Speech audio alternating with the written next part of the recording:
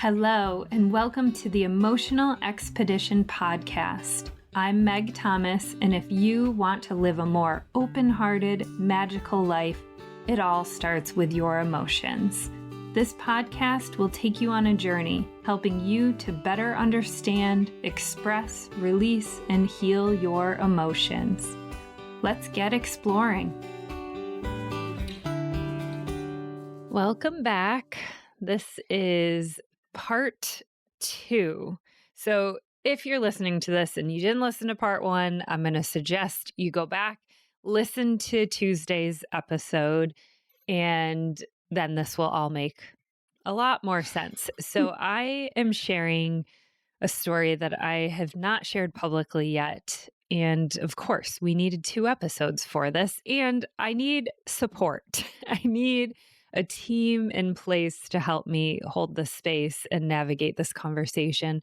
So I am so very, very grateful for these 2 soul sisters that we just continue to confirm that we must have traveled lifetimes together because we just feel so in sync with each other.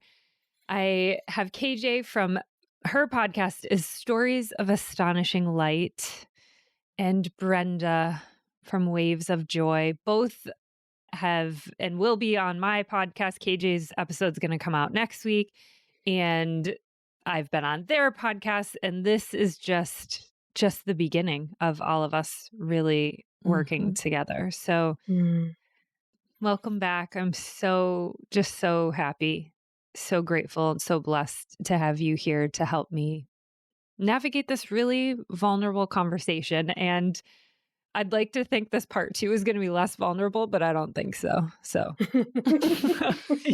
Well, thank you for asking us to hold this space. It's a true privilege. I'm already shimmering and shaking in anticipation because I know that this is just such a vibrant, pulsing, really wonderful gathering that we have today. So, thank you. So in the last episode, I shared that I uncovered a family secret that my mother had struggled to conceive, just like I have struggled with fertility issues, and that my dad was not biologically my dad, and that they used the assistance of a sperm donor.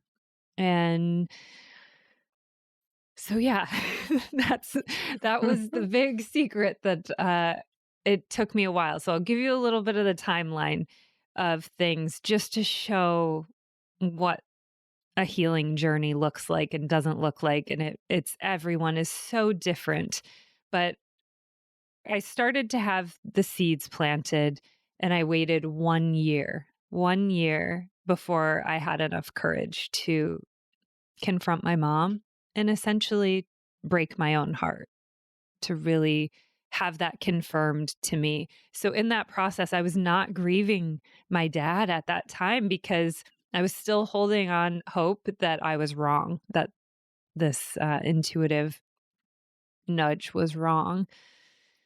So I waited a year, confronted my mom. I then spent almost 2 years healing. I went through a lot of grief. It was very messy. I spent a lot of time doing different modalities, mostly writing. Writing became the medicine for me to be able to share what I was feeling and put language to it, process it in a way that became different. When it's just swirling around in my head, it's confusing. It's no good.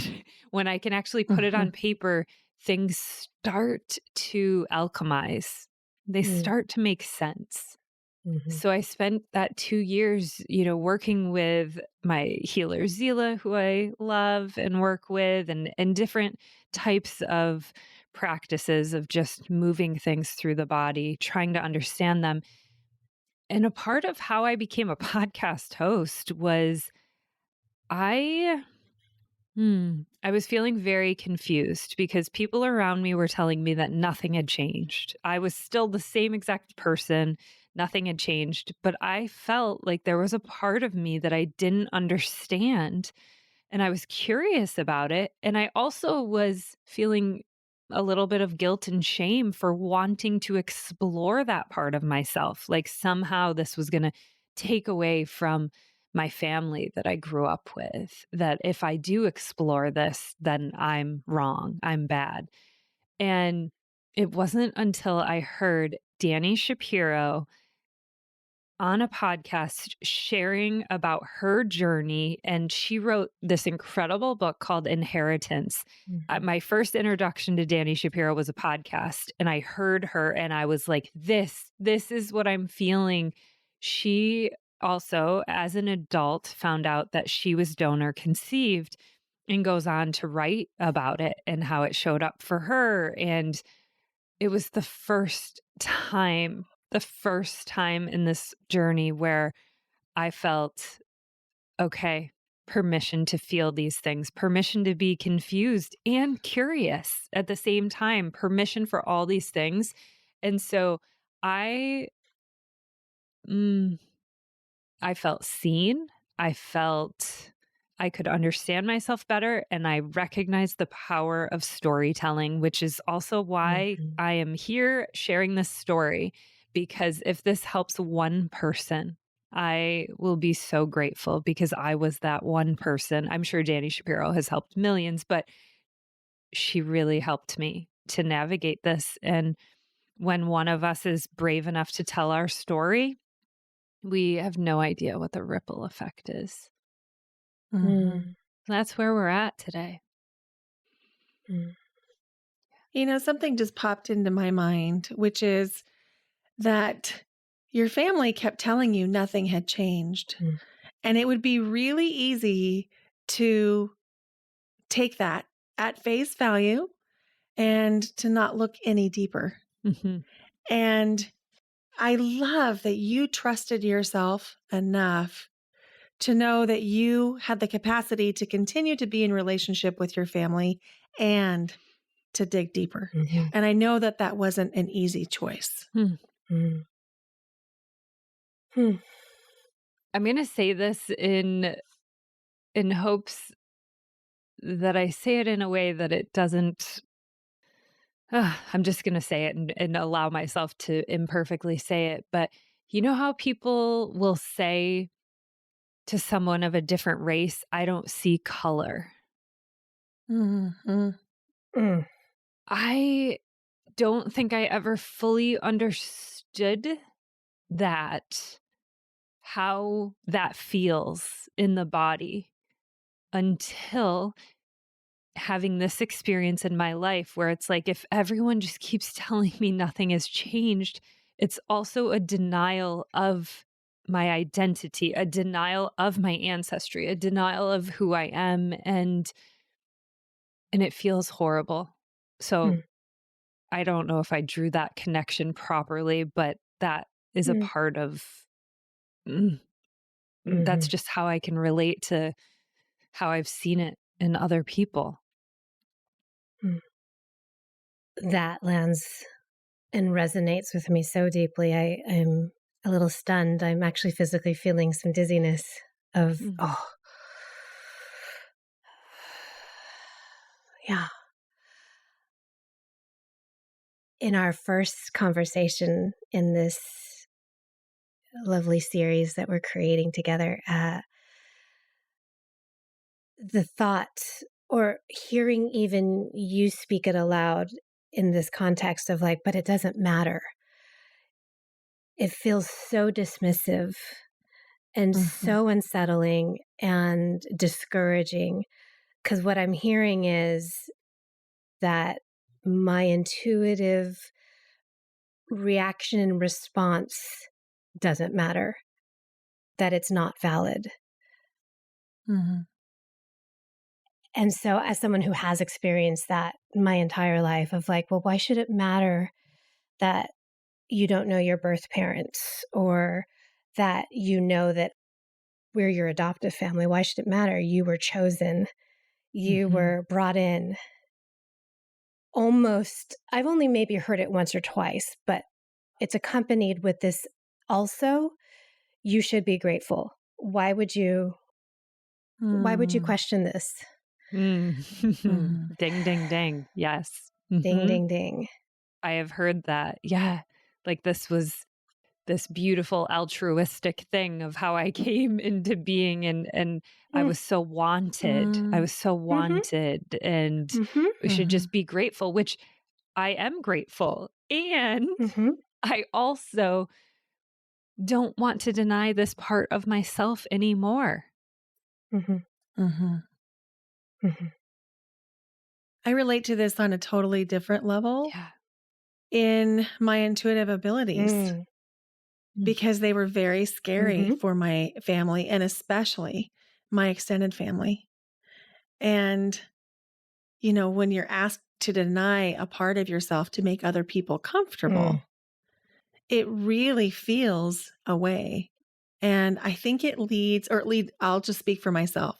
I felt mhm, resentful that people wanted me to do something differently to make them mhm, mhm. comfortable. To Mm. shoulder their discomfort. Yes, that's it. Yeah. Mhm. Mm. It's quite a quandary for those who are highly sensitive, empathic, intuitives, as we all are. Mm. Mhm.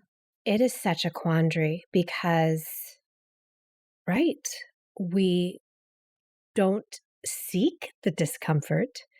We certainly Mhm. don't want the people we love to be uncomfortable or hurting. And so a lot of times we internalize it, right? Most of the times we internalize it, Yes. right? And we say, well, this is something that I can stop, or that this is because of me. Mm. Yes. Mhm. Oh, An added yeah. an added weight. Mhm. Yeah. And there's been moments in my life where I've wished I would be different because it would be easier. Like, Mm. in the sense Mhm. of Mhm. even thinking of my own fertility journey, I have prayed to not want this anymore. Just let this desire go from my heart so I can just be and not Mm. always be, Mm. working towards this or holding this in my heart. And of course, I continue to get the signs that say, keep going, Mhm. stay surrendered, but keep going. Don't control the outcomes and Yes. keep moving forward. Yes. Mhm. Does Oh, anybody and else's can you say hold that? this? Yes. Yeah, Yeah. and can you hold my discomfort while you're at it, and Yeah. pick up the Mhm. next person's as well, and cousin John's. Yeah, hold on to cousin John's Mhm. discomfort as well. Gosh. Yeah. Yeah. Mhm. So, the next phase of this journey was Mm.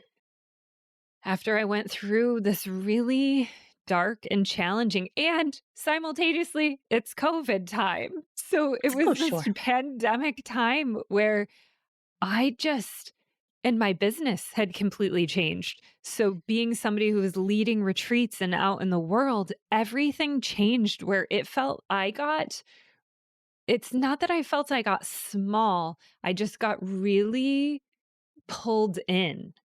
Like Mm. my Mm. world got smaller. Mm.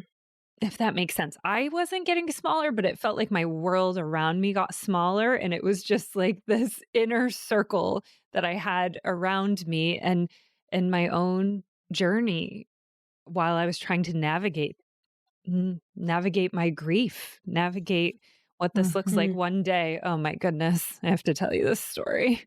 Ugh. I love plants and I have this most beautiful umbrella tree and it's so special. So my mom struggled to keep plants alive and so it was my mom and dad had it and when my dad passed away my mom knew she could not take care of this plant. So unbeknownst to me, my aunt took this plant and she just took care of it for 20, 25 plus years where it got huge, where it got beautiful and big and just a massive plant. And then what she did was when I finally had a home that was big enough, she gifted me this plant and said that it was my dad's and it was connected to him. So to me, this tree had been labeled my dad tree. Okay. So it's like a beloved, beloved giant plant in the home. And I put it outside in the summer here. So when we have these, 3 months of sunshine in upstate New York, I put it out on my deck and it just loves it. Gets like so much bigger. Well, Ian was bringing it back in the home and he was thinking that he was just going to do this such kind gesture for me. So I'm out, I'm like grocery shopping, and he trims this tree. He trims this plant. Okay. And this is within maybe 2 months of me uncovering this family secret. So this is 2 months of knowing that my dad is not biologically my dad. So he's so excited. Like he meets me out in the garage and is like, I can't wait to show you what I did. And I mean, he is just like the puppy with like the tail wagging, like he has done the greatest thing ever. I walk into the kitchen and then where it lives in the dining room, and my jaw drops. The tears start coming. And he's like, what did I do? And I didn't even fully know. I didn't know what he did. I didn't know what I was feeling. And he was so disappointed because he had expectations that I was going to be excited. That this is one of the few times he slept upstairs. Like he didn't even know what was happening. So he went, he is in his own disappointment because he really, truly thought he did something beautiful for me. And I'm downstairs crying and I don't know why. I can't articulate it. I cannot even tell him. So that's a part of the challenge of emotions when you're in it and you can't figure out what's happening. So he sleeps upstairs, goes to work the next day, and I just write. I journal about it. I get up at like 4 a.m. and just start writing, which is what happens when I can't figure something out. It usually wakes me up at 4 a.m. and I figure it out. And I'm able to share with him. I was like, thank you for doing this thing that you thought I would love. To me, this is grief. This is grief. I feel like everyone is taking things away from me without my permission. And one more thing just got taken away of my dad from me. One more thing that was connecting me to him just got taken away. And I did not give anyone permission for any of this. And that was how my grief was showing up all over the place during this time. Thank you for sharing that. It's such a tangible example of grief. And I'm sure that that tree represented so much more than just a tree. And to see it cut, whether or not it was actually healthy for the tree or for your home or aesthetically, I'm sure it felt like being cut away from you. It did grow back even bushier and better. Like he really does know how to prune things. So it did fill out, but the initial. Sure. And that's kind of what this part of the journey is about. I love this. I had no idea this was all going to connect, but these gifts, like there can be, too, right? The tree. Yep. These gifts can come in ways we don't even know what it looks like when we let go of an old story, we let go of something and it comes back even better. We change the energy of a relationship. We create boundaries and then it may get hard first, but then can be even better. And The so pruning, that happens. the pruning. Yes. Yep. Yeah. Oh my gosh, that's so beautiful. And that's kind of what happened next. Yes. Exactly. So I put myself in 23andMe last July. And so at this point, it's been 2.5, going on 3 years of my own process. So I feel such deep compassion and empathy for those who find out through 23andMe this kind of information, because a lot of people do. Mhm. And me, I had time to prepare of all the different scenarios. So I'll tell you, my biggest fear of putting myself in 23andMe was at this time, Netflix had that documentary out. I think it was called Our Father. I didn't even watch it because I didn't even want Mm-hmm. to see it. So what I was learning about the donor industry is the fertility industry, that very often nowadays people are ending up with anywhere from 50 to 200 siblings. And Mm. I have talked to Dr. Kiltz, who owns CNY Fertility, and I've had conversations with him about like, who regulates this?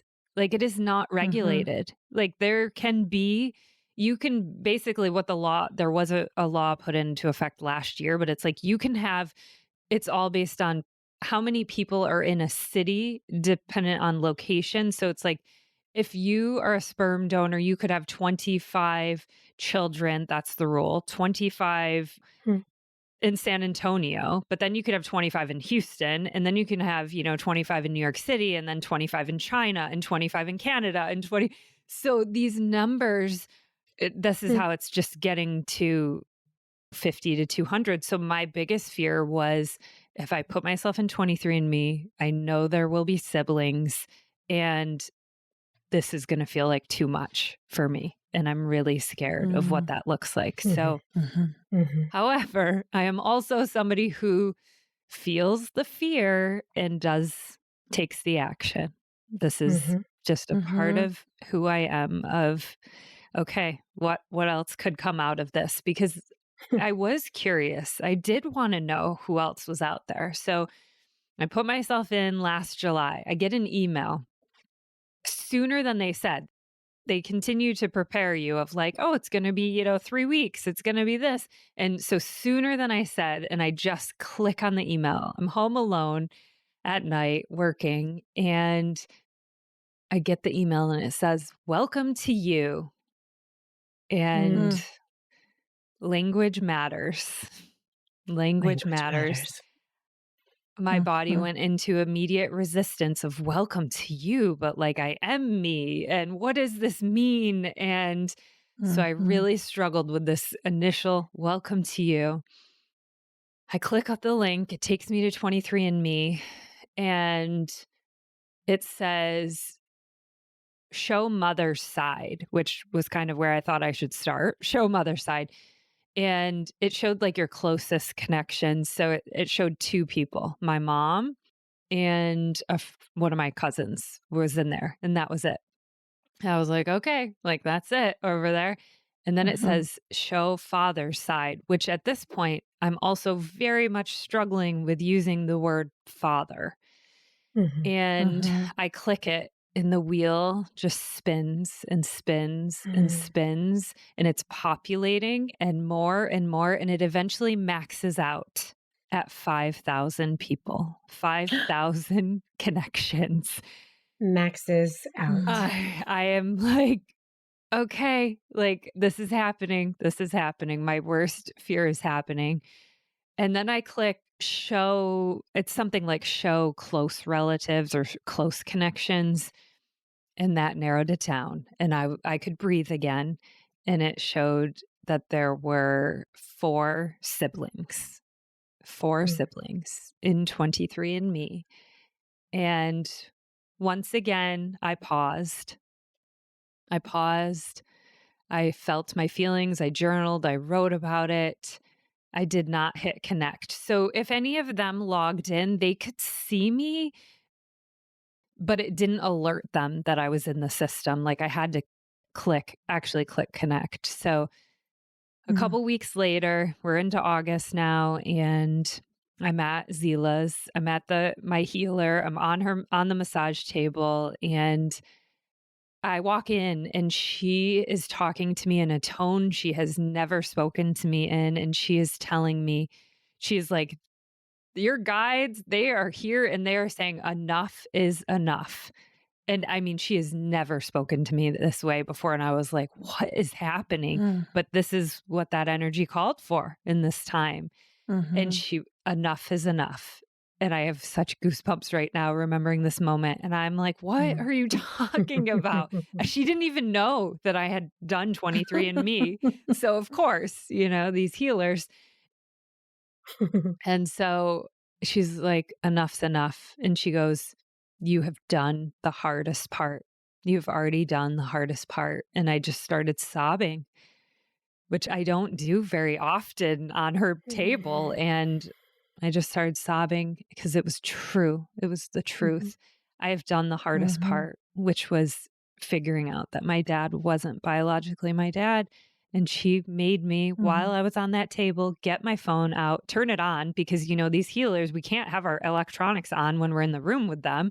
So I had to power my phone on, get it into 23andMe, and I hit connect.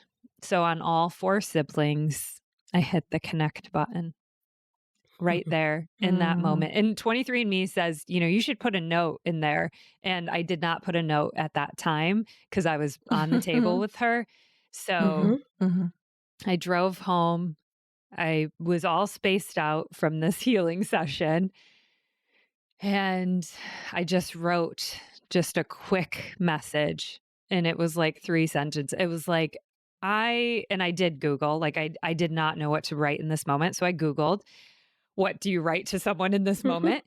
Which apparently there are many websites that actually, this is a question that comes up now because of Mm, 23andMe. So I'm sure. Mhm. I wrote to them and I said that I Googled what to say in this moment. I don't know what to say, but I found out a couple years ago that I was conceived via sperm donor, which led me to do 23andMe, which has now led me to you. I would love to connect. Mm, And then I just put my name. That's beautiful. I mean, I don't know how else you could have done it any better. mhm. Language matters. Yeah. Hmm. Mhm. Lovely. Yeah. Yeah. I love that you Googled what to say and then went with, I Googled what to say. Yes. Yep. Just being fully transparent. This is A it. full Yep. It's like, transparency. and it worked. So by the Yes. time I went to bed that night, my half sister, Becky, reached out and said, oh, there's another one of us, was kind of her response. And she said, Oh. have you contacted Candace? She has a lot of information that might help you, welcome. And then my half brother, Andrew, wrote that he too just recently found out as an adult. And Becky had shared that she found out as a child. So she knew since I think maybe like her teenage years. And so Andrew said, yeah, oh, me too. I found out recently as well as an adult. And then I went to bed. I did not respond to either. It was just too much for one day. And then when I woke up the next Mhm. morning, I had a message from Candace, my other half sister. And she basically said, I've got answers to questions you don't even know you have yet. Here's my phone number. Call me today. Mm. Mm-hmm. And so I did. It's fascinating to tell this story now Mhm, in its entirety because my space between how long it takes me courage to do something mhm, is getting mhm, shorter. Has that mhm. happened with you guys? Oh, totally. Yeah. Yeah, and I was actually just thinking that same point, which is you waited a year. You waited an exponential amount of time from the first understanding of step 1. Mhm. And then I asked you just the other day when we were having our interview, right? I had said, "How long did it take you to contact Candace?" And Mhm. you said, "Oh, Hours. yeah." You said, "Oh, I did it that day. Mhm. I got ready that day." And I was like, "Hello. Mhm. Look at you stepping Mhm. into it." Yeah. And The so, hardest yeah. part is making a decision. Mm. Yeah, Brenda. Yeah. Mm, Yes. Yes. I'm letting that sit with me for a second. The hardest part is making the decision. Mm-hmm. It's like, is the hardest part the purchasing the gym membership rather like the beginning? Mm. Mm-hmm. Mm. It's like what we were talking about on my podcast when you came to the podcast and you were talking about that contraction right before the expansion. Mm. That every time you have the opportunity to show up in a new way, there's that little moment of crunchiness where you think to yourself, I know on the other side of this is something new and different. Yeah. Do I really want to get on that plane? Do I want to make that call? Do I want to push connect? Yeah. Yeah. And so I got on the phone with Candace and my heart was racing. I was sitting out on the back deck and I'm reminding you that my fear was this feeling that there's too many of us. Even knowing that there was 5 of us in 23andMe, I was like, oh, there's too many of us. I get on the phone with her and her first sentence to me is, oh, I get so excited when I see somebody else in 23andMe. That's what she says to me. And I was like, who are you? Because that is the opposite of what I'm feeling. And she held that.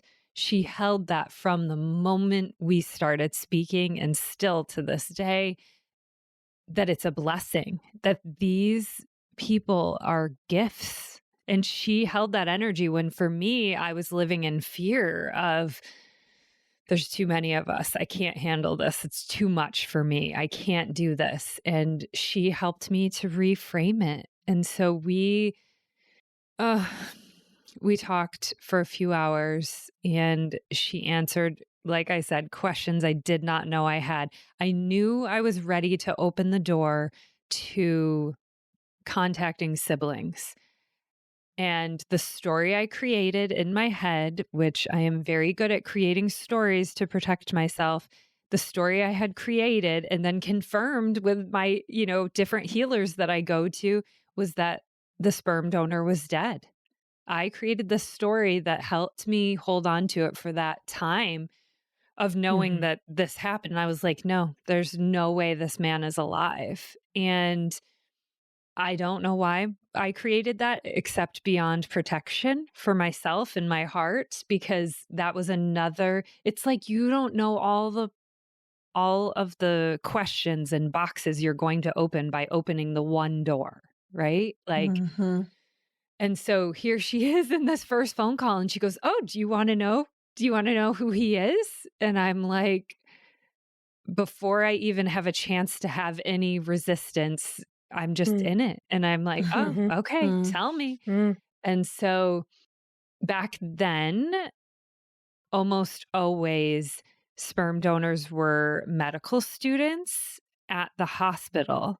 So especially in that late 70s, early 80s, sperm was fresh versus frozen. So they needed a doctor. They needed a med student who was there on site.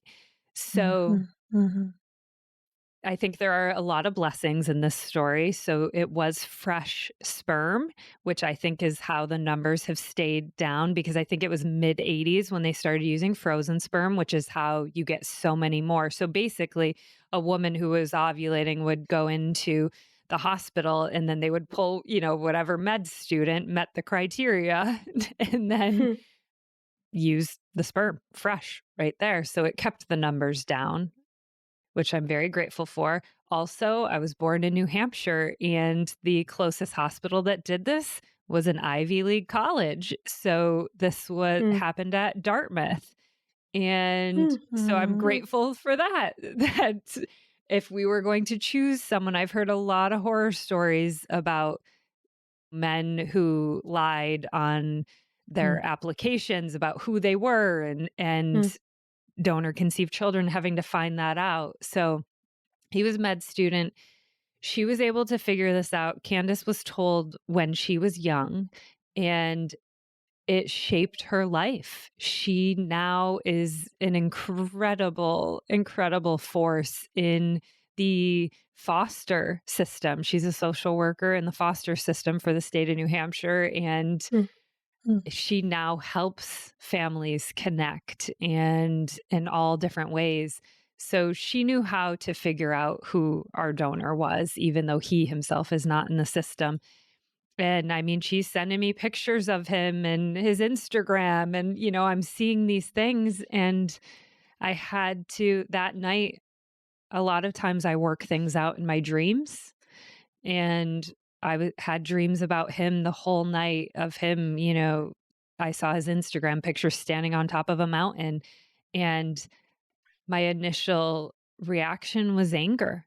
My initial reaction was, why does this man get to be alive and my dad is dead? And how is this fair? How is this? And I wasn't really prepared to open that door to, it was enough to open the door to siblings. But yeah, my initial reaction was it's not that I'm angry that I was conceived this way. And I don't even fully know how to comprehend what I was feeling, but I know that it was anger, but I don't understand it completely why, except for in contrast to that my dad's dead. Yeah. Yeah. So I imagine our listeners are wondering how and where you are in the process of your dad. Do you have any desire to make contact? Does he know about you? Yeah, great question. So I at first went to a place of just referring to him as the donor. So, like I said, language matters. So I put up barriers to my heart. I wanted to connect with these siblings, but I didn't want to connect with him. And as time has gone on, so this happened last August. So in the last, 10 months, I have moved mostly through breath work, which I know the two of you know the power of. These moments at the end of a breathwork session. I have moved from anger to forgiveness to acceptance to gratitude. I have gone to places now where I have seen him in my dreams, and I've seen him at the end of these breathwork sessions where I am thanking him. Thank you. Thank you for this. And so a fear of doing this podcast and sharing my story publicly, no one has ever made contact with him. Candace reached out once 7 years ago. He didn't respond. Whether he received it or not, who knows, right? It was in letter form. So I would love to connect with him and would love to meet him and just know who he is and see if these pieces make sense to me. But a fear of doing this podcast publicly is, will this ruin my chances? But I had to, it was a risk I was willing to take to be able to more fully step into my story and my identity. So I now refer to him by his name, by his first name. And this is the journey that I've been on of moving from anger to forgiveness and acceptance and the Ho'oponopono. I would also say that that has helped me a lot. I'm sorry. Please forgive me. Thank you. I love you. It's a meditation I lead every month and I practice regularly. So it's helped me to let go of some of the energy I was feeling. And his name is Thomas, which was another curveball from the universe. That here I have kept my dad's last name, which was Thomas, and I find out that his first name is Thomas. And it almost feels like a message from the universe of, if you are to deny Thomas, you are denying yourself, a part of yourself. Like it's like almost like if my name is Meghan Thomas, then if I'm denying a part of that, I'm denying a part of myself, is how I'm seeing it. You know what came up for me when you were sharing about your fear is that your transparency around this might actually make it easier for him to connect, because it's so clear that you're coming from a loving place, of wanting to share your story in hopes that it can be helpful to other people. And you're not coming at it from a place of any anger or judgment or attack. And so I just think, again, it's so courageous. Thank you. Thank you, Brenda. It happened again right now as you were speaking aloud and naming Thomas. So as you shared that part of the story now, and then when you shared it earlier in the week, what dropped in for me was parts. And you might be familiar with or have heard of a psychotherapy methodology called parts work, or its formal name is, you'll love this, internal family systems. Yes. And it's literally naming the parts of us that we either have separated from, denied. It's also called exiled. We exile parts. And then the work and the healing comes in inviting those parts back in and having a different relationship with them, or naming them, knowing that they were exiled, for instance, for a particular reason. And in this case, it's protection. And in this case, it's time. And in this case, it's needing just some space. But it's not a punishment, this exile. It literally is so that everyone can get used to where they fall, their positioning within the system. And so that sounds kind of dry, but at the same time, I keep hearing the affirmation that was read from the card that I had pulled in our first part of this conversation, the Roots card. And the affirmation assigned to the Roots card is, I honor the fullness of where I've come from and know that it impacts the generations to follow.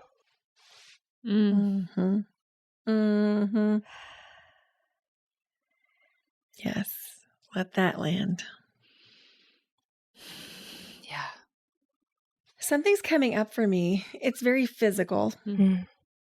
I'm sensing like this ache under my rib cage in my solar plexus. And I'm wondering if we could just clear that. Please. If that would be okay Let's with you. do it. It feels like it's almost this denying of your personal power. And, I want to just name that we have these competing agreements where there's a part of us that really deeply wants one thing, and then a part of us that feels scared of the same thing. And so what I would just invite you to do is just place your hands at the bottom of your rib cage and just apply gentle pressure and take a couple of deep breaths in and just say, I'm free to be me. I'm free to be me. I am free to be me.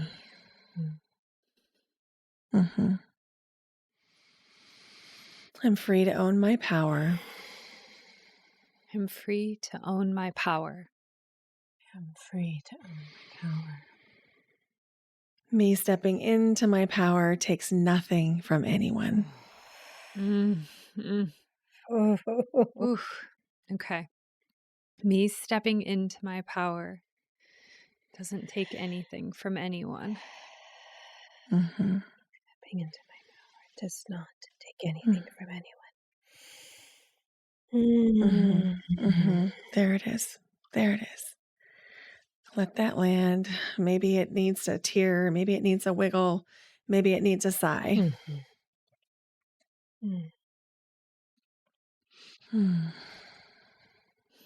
That's the story. You got it, Brenda. That's been the hardest part of this part of the journey, is if I allow myself to connect with these siblings, if I allow myself to fall in love with them, to build relationships, to fall in love with their children, that I am taking something away from the siblings I already have. And that I've been stepping into. I've been reprogramming my mind to be like, that's not the world I live in. The world I live in is abundant, and this is just adding more. But this piece with Thomas, it's like, what if I meet him and like him? right? Does that take something Mhm. away from my dad? Like, does that take something away from the relationship I had with him? Mhm. And I know that this is not the world I want to live in, of scarcity. I want to live, and I work so hard on my fertility journey that it's, if you have a baby doesn't mean I'm less likely to have a baby. I live in a world of Mhm. abundance, but it's so hard to choose it. It's so hard to choose that it doesn't mean I'm taking anything away from anyone else. Mm-mm. Yeah. Mm-mm. Mm. Mm, It's like when two bubbles merge, they become a bigger bubble. Mm. mm, mm, And your gorgeous, gorgeous dad tree mm. Mhm. is Mhm. just, The family tree has come up over and over and over. yes, Yeah. I just keep seeing this thriving, Mm. blooming Ah, tree. so Yeah. in Mhm. January, I got to meet my brother Andrew for the first time, and Mm. we went skiing together at Breckenridge in Colorado, which I've never skied out west. And I just kept having these moments of wanting to stop other people as we're on the chairlifts of like, do you know what's happening? Do we look alike? Do you know what's happening here? We just are meeting for the first time.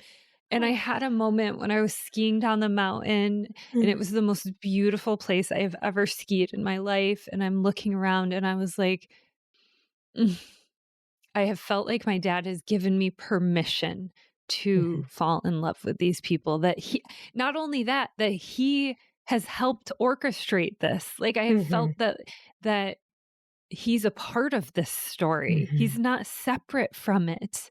And Mm-mm. Mm-mm. mm, Mm, and I just yeah. yeah. Yeah, I just KJ, gonna what were say you gonna say? he's intrinsically involved.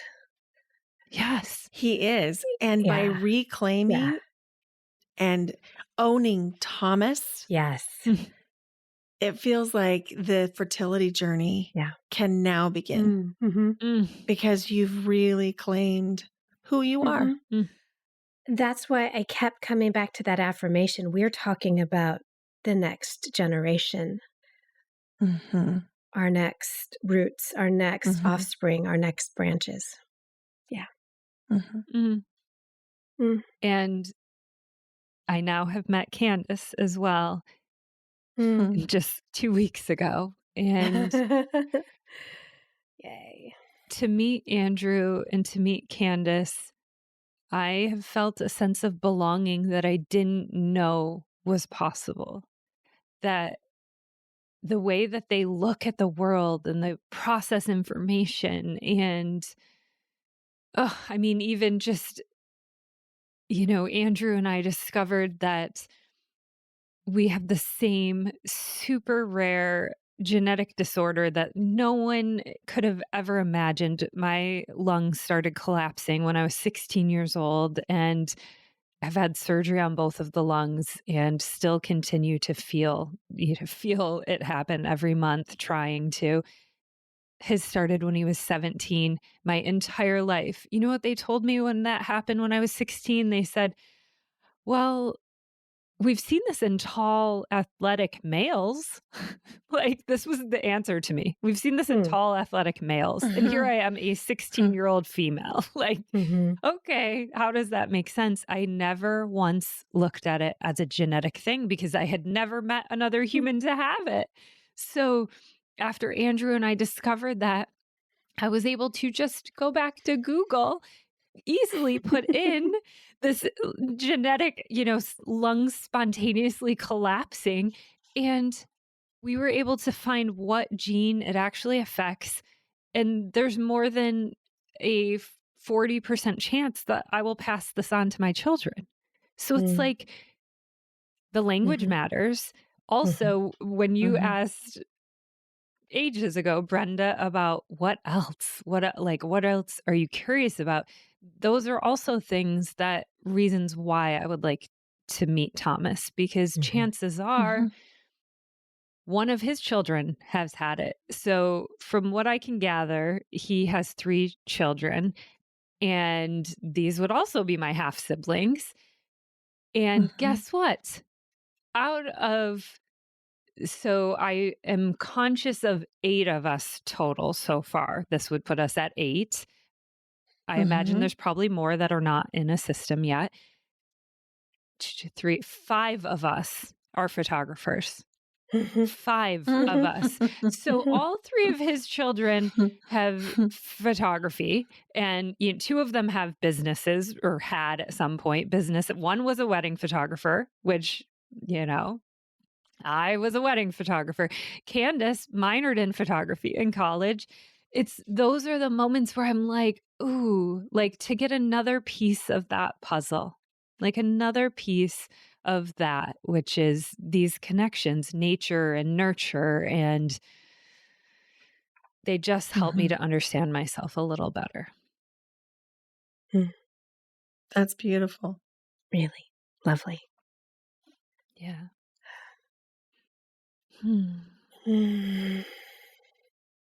Well, this feels like part 2 of several more. The story will continue. Yes. Yes. But this is where I'm at right now. This brings us up to date. Oh my goodness. Thank you. Thank you so much for inviting us along to witness as well as be alongside you and hold you as you venture down this path. And in a, I don't know, almost in an alternate or a subtly turned question, Brenda had asked, like, so what more are you curious about? I'm curious about where next? What next? Yeah, that's great. Great question. And I don't entirely know the answer to, but I know that I want to continue sharing my story to be able to help people, to be able to help, to add, to be able to help people connect and see themselves and understand and give themselves permission to feel. And so, yeah, I want to continue to help people. That's why a part of why I shared this story. Beautiful. Yeah. And so you shall. And so it is. Yes. Thank you both so much. I'm so grateful.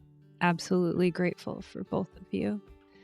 And I'd like to end on our Brene quote that has helped guide me through this process, which is owning our story and loving ourselves through that process is the bravest thing we'll ever do. Thank you. Thank you, Meg. I'm so grateful you're here. Thank you for listening. And if you loved this episode, will you please share it with a friend or 2? Be sure to rate, review, and follow the show on Spotify, Apple Podcasts, or wherever you get your podcasts, so you're sure to never miss a single episode.